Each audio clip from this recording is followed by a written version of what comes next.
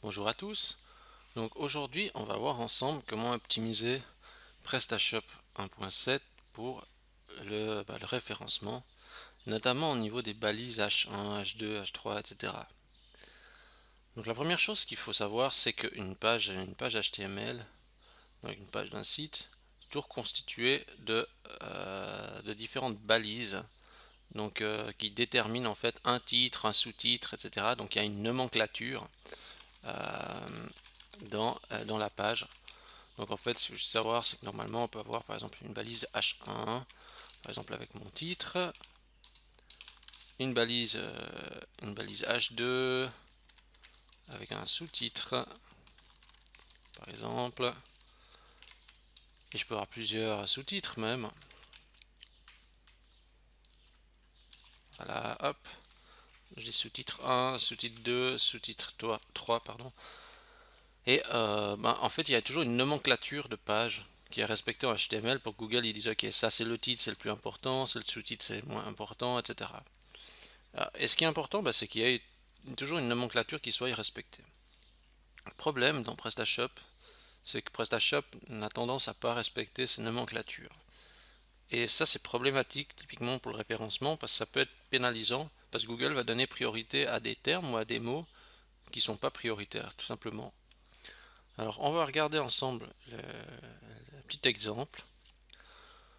Ici, bon, on peut toujours appuyer sur la touche F12 de notre clavier. Dans saison Chrome, ça déclenche la console. La console s'affiche en appuyant sur la touche F12. Et là, je vais dans la partie éléments. Je peux faire CTRL F, hein, ça fait une petite recherche. Donc je peux rechercher par exemple sur la balise H1.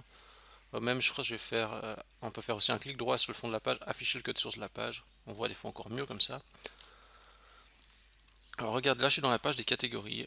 Je vais rechercher ce qu'il y a comme balise H1. Alors, si je regarde la balise H1, qu'est-ce qu'on constate? Alors c'est juste incroyable, hein, mais en fait ils ont mis plein de balises H1. Normalement sur une page il est censé d'avoir une seule balise H1. Eux ils en ont mis plusieurs. Donc ça c'est vraiment pas du tout bien pour le référencement parce que le Google risque de pas comprendre la structure de la page. Je regarde pour les balises H2, ah bah là il a pas l'air d'en avoir trouvé. Mais en tout cas la balise H1 est bien présente. Donc maintenant ce qu'on va faire, on va la limiter parce qu'ici concrètement dans notre catégorie il n'y a que besoin d'un seul titre, quoi. Donc ce qu'on va faire, on peut rechercher donc aussi ici, hein, donc on peut faire H1 puis on voit le nombre de fois qu'il y a le H1. Vous voyez ici j'ai juste saisi ma recherche en faisant un petit CTRL F et donc dans l'onglet qui s'appelle éléments, et puis je peux voir le nombre d'éléments qui portent ce nom. Bon, alors mon problème c'est que ce qu'on va faire, moi j'ai juste quand même noté quelques petits points de repère dans mon fichier des remarques. Alors là par exemple on doit aller faire un changement dans catégorie liste, donc c'est dans classique, template, catalogue, partial, miniature. Alors juste pour qu'on comprenne bien, classique, donc dans thème, classique, template, partial, qu'est-ce que j'ai dit ensuite, miniature, product.tpl.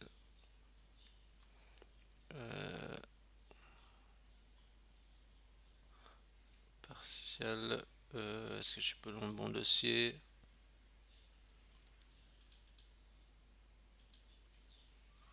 Est-ce que j'ai bien mis le bon nom? Parce que là, est-ce que j'ai bien mis dans le catalogue? Parce que j'ai pas vu ça. Ah oui, template. Donc vous devez aller dans template, catalogue partial, miniature, product.tpl. Bon. Euh, ici, si je regarde là-dedans, par exemple, si je recherche la partie H1, on voit qu'on a notre balise H1 qui est ici. C'est pas vraiment idéal. Alors ce qu'on va faire, c'est qu'on va changer ça. On va pas dire que c'est un H1, on va tout simplement dire que c'est un span. Voilà.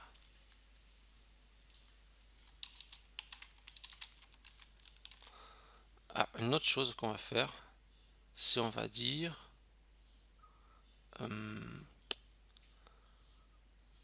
on va peut-être dire quelque chose. Alors, je vais juste vérifier quand même, parce que quand je recharge ma page,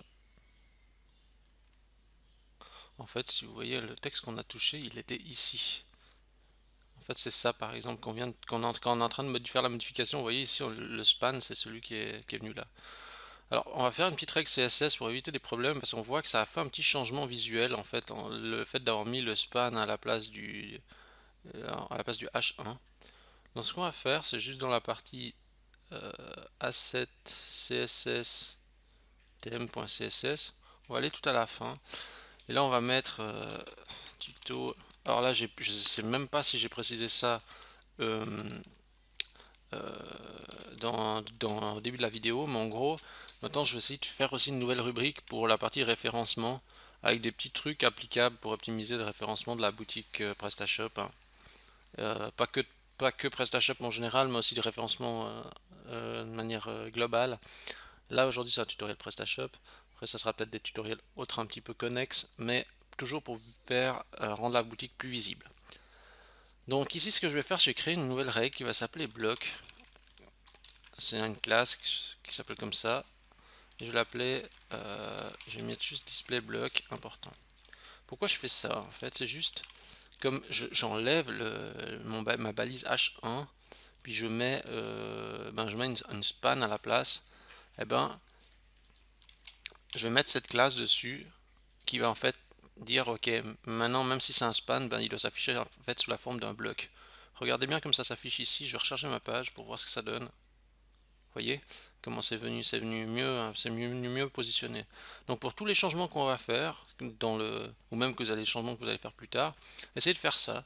Quand vous mettez le span, pensez à mettre la classe bloc avec. Donc maintenant je recharge ma page et je vais faire une petite recherche pour voir s'il y a balise H1. Alors, est-ce qu'il y a encore une balise H1? Et là, on se rend compte que oui, il y a des balises H1 encore. Euh, donc en fait, c'est des blocs, par exemple, on a un bloc navigation à facette qui a typiquement des balises H1. Alors, juste une petite précision, parce que vous allez me dire, oui, mais comment tu as su que c'était là-dedans qu'il fallait chercher? Moi-même, je ne savais pas où il fallait exactement chercher. J'ai juste fait comme ceci, j'ai regardé, j'ai dit, mais tiens, pourquoi il y a une H1 ici? Alors je comprends pas pourquoi il y a balise H1, mais je me dis, ah tiens, je regarde un petit peu dans ce qui est écrit dans le code là. Puis vous voyez, par exemple, je dis, ah tiens, mais c'est écrit, c'est facet title par exemple. Je fais un contrôle majuscule F pour rechercher dans mon projet. Je cherche face title. Puis il recherche. Puis il va trouver, vous voyez, il a trouvé le fichier facet. Il a dit, ok. Alors je sais très bien après que c'est là-dedans que je dois les changer. Puis on voit justement, par exemple, qu'il y a notre H1 qui est là. On a aussi un H1 qui est encore là. C'est incroyable c'est tous ces H1. Je sais pas pourquoi ils ont fait ça. Alors on va changer, on met à la place un span, on met span à la place, on dit que c'est une classe bloc. Là aussi on change, on met span, et on rajoute la mention que c'est bloc. Voilà. On recharge la page, on fait une petite recherche de nouveau pour voir si il y a encore des H1 là-dedans. On voit qu'il y a encore des H1. Par exemple, on voit que c'est écrit sous Active Filter, il y a encore un H1. Alors je refais la même chose, regardez, je fais une recherche, Active Filter, j'essaie de localiser la zone où il y a ce code. Ok, bah c'était un autre fichier. Ça, j'ai écrit le nom des fichiers, vous voyez, j'ai mis ici, c'est là l'emplacement. Alors, ça me convient pas, ce H1, on dit que c'est un span. C'est un span. C'est un bloc. Enfin, c'est un span. C'est une classe, je mets à la place, donc je transforme l'élément en span et je dis que j'ajoute une classe bloc pour qu'il puisse toujours s'afficher normalement. Ok, qu'est-ce qu'il y avait encore d'autre? Il me semble qu'il y avait encore un autre endroit où ça n'allait pas. Allez, bloc catégorie, qui nous fait aussi un H1. Ils ont mis H1 partout. Alors, je vais juste encore gérer le cas. Désolé, il y a eu un petit appel en même temps. Donc, je fais ma recherche sur bloc catégorie.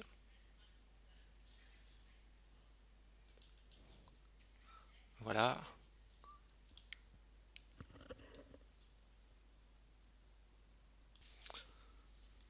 Donc voilà, peut-être qu'il y a eu une petite interruption entre deux, parce que j'ai dû prendre un appel. Donc ce qu'on était en train de faire, c'est on était en train de s'occuper du bloc catégorie là. Donc on va le mettre, on va enlever de nouveau le H1 ici. On va mettre un span.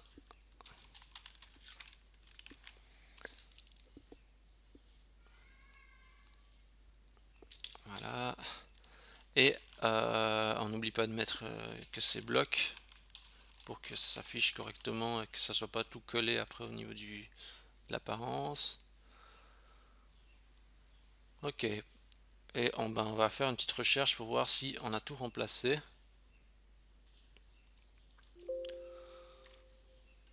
Alors, est-ce qu'il nous trouve encore une balise H1 ou pas?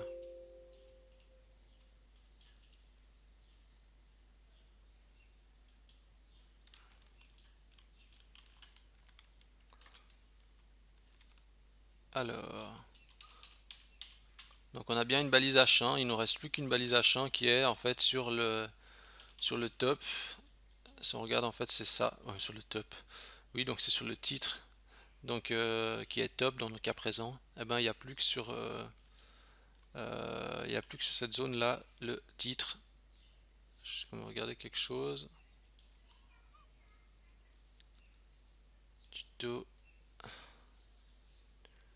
le top. Je vais recharger ma page.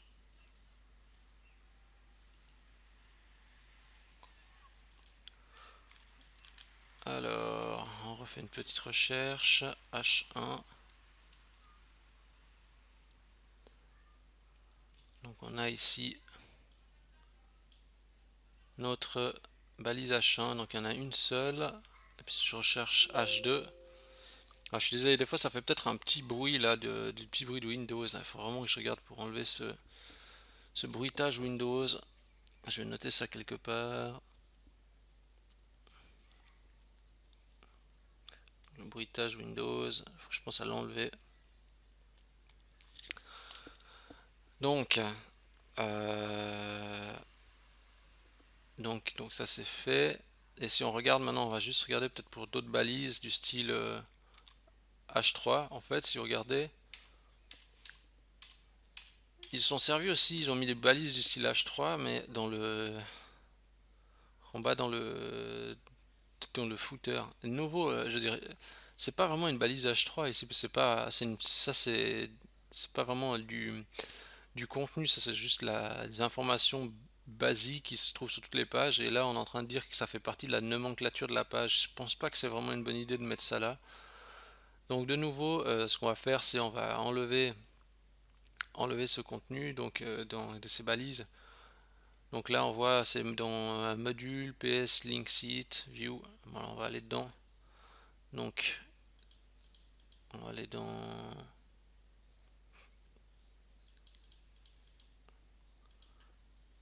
le thème PS link site view template link block. Et là, on va mettre du style. On va regarder déjà où il est notre balise H. Ouais, ben, on a le balise H3 ici, ben on met span à la place. Donc après vous comprenez la logique quoi. En gros il faut localiser tous les H quelque chose qui ont rien à faire et les convertir quoi en span à la place. Là je regarde aussi ici, donc aussi un H3, donc là c'est quoi, c'est dans PS Customer Account Link. Bon, on va aller là-dedans. PS Customer Account Link. Puis on va regarder où il y a le H3. Là, il y a du H3, on met span. C'est vraiment c'est vraiment, on va dire, du basique dans le sens où on fait du remplacement.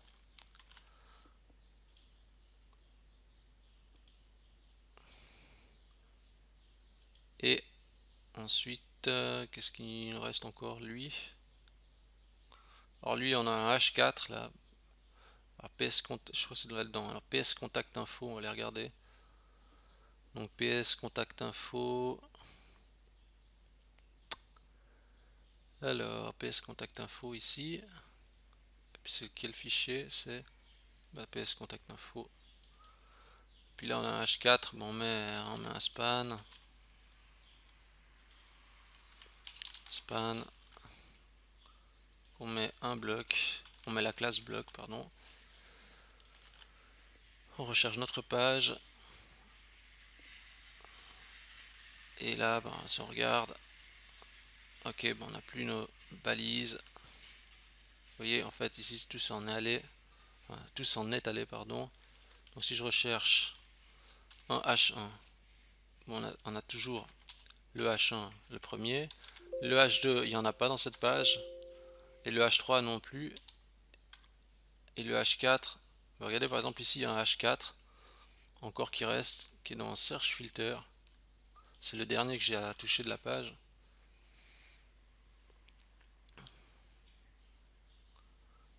Qui est, je pense, dans Facette. Hein.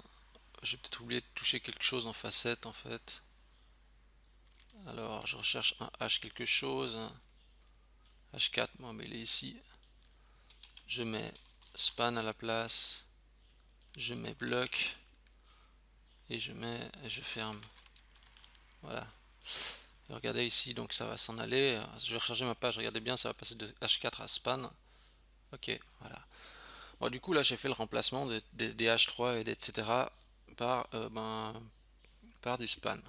Comme ça, j'ai enlevé les structures et du coup, ça donne plus d'importance au véritable titre que aux éléments qui sont moins importants. Par contre, je vois qu'il y a quelque chose que j'aurais peut-être dû faire ici.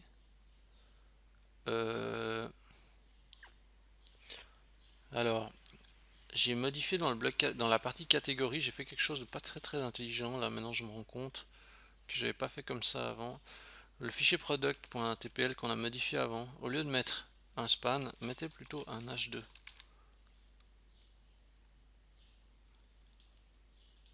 Je vais mettre un h2 comme ça. Je vais juste tester pour voir ce que ça donne. Vous allez me dire oui, mais c'est quoi, pourquoi mettre un h2?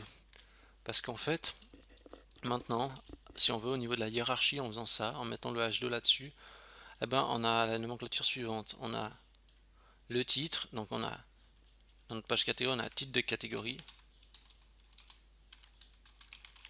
Et puis après, on a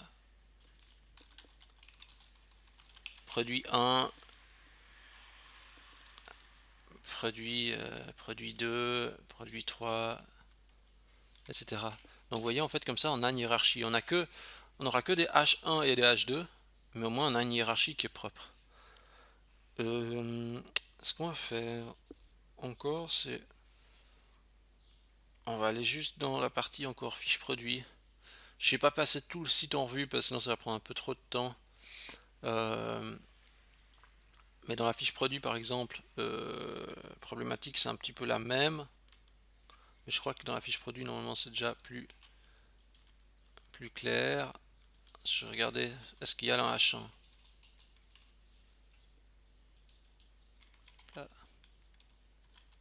H1. On a le H1, donc il y a bien déjà le H1 qui est en fait le titre. Regardez, c'est le titre du produit, donc ça c'est le H1, c'est bon.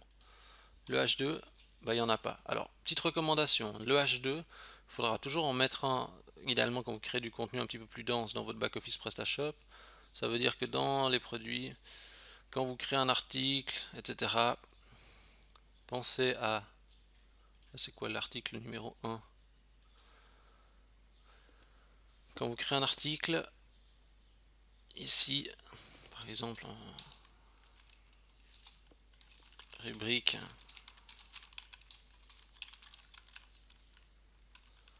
XYZ. En fait, ça, par exemple, quand vous faites un sous-titre, c'est important de mettre voilà, un H2. Comme ça, vous gardez toujours la même la nomenclature de page. Je vais enregistrer. Regardez, donc si je vais Dans l'élément, je fais une recherche, je recherche H2. Vous voyez, on a H2, puis on a aussi le H1. Donc en fait, il y a une nomenclature. Donc on a le titre ici et le sous-titre. Donc c'est très pratique quand vous avez beaucoup de texte, comme ça, enfin beaucoup de texte, si vous avez de la chance d'avoir beaucoup de texte dans vos fiches produits, eh bien vous pouvez découper avec des H2, comme ça fait une structure, on va dire, propre au niveau du produit. Après, on peut pousser un petit peu plus loin parce que si on prend là sur cette page, normalement il y a aussi par exemple des... je regarde juste dans la partie éléments, je refais une petite recherche, je recherche juste par exemple H3. J'avais regardé dans l'essai que j'avais fait. Ah non, il n'y a pas de H4, par contre c'est vrai qu'il y a un H3. Bah voilà, par exemple H3 il est sur par exemple la fiche technique. Il est où? Il est sur fiche technique. Fiche technique qui se trouve où? Alors là, je sais pas où il est, fiche technique. Il est là ou il est pas là? Peut-être qu'il est peut-être pas là parce il est peut-être caché en fait. Ah non, il est là. Donc regardez, par exemple ici on a fiche technique. Je vais encore faire une petite modif sur lui. Nouveau, alors là c'est plus discutable. Est-ce qu'il faut laisser un H6 là-dedans ou pas? Euh, Moi ce que je dirais c'est allez, on laisse pas des balises comme ça en automatique. On veut pouvoir gérer nous-mêmes un contenu intelligent, donc on met tout ça dans un span, on met le bloc. Après de nouveau ça sera testé pour voir si la classe bloc est suffisante pour l'affichage correct. Ça avait l'air pas trop mal en mettant juste ça, donc je me suis contenté de mettre juste une petite classe bloc en plus. Je mets la classe bloc, puis comme ça, voilà. Puis il n'y a plus mon code H3, regardez. Par contre j'ai bien mon H2, j'ai bien mon H1, voilà. Bon, je vais encore vite aller à la page d'accueil. Je vous donnais juste quelques petites infos encore ici. Alors là, je regarde la page d'accueil. J'ai dit, est-ce qu'il y a un H1 dans ma page d'accueil? Alors je refais ma recherche. Regardez, il y a un H1, mais vous voyez le H1 où il est mis. Alors des fois j'ai un peu de peine à comprendre comment ils ont fait ça. Le H1 il est sur produits populaires. Bon, alors vous voyez si votre page d'accueil comme titre principal c'est produits populaires, c'est peut-être pas le, le top du top. Moi ce que je conseille c'est vous modifiez la traduction de ce texte. Donc par exemple, vous allez dans la partie internationale, traduction, traduction du thème, classique et langue français.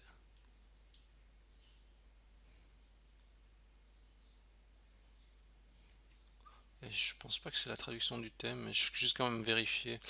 Alors, populaire, produit populaire. Bon, bah on change, on met plutôt pas le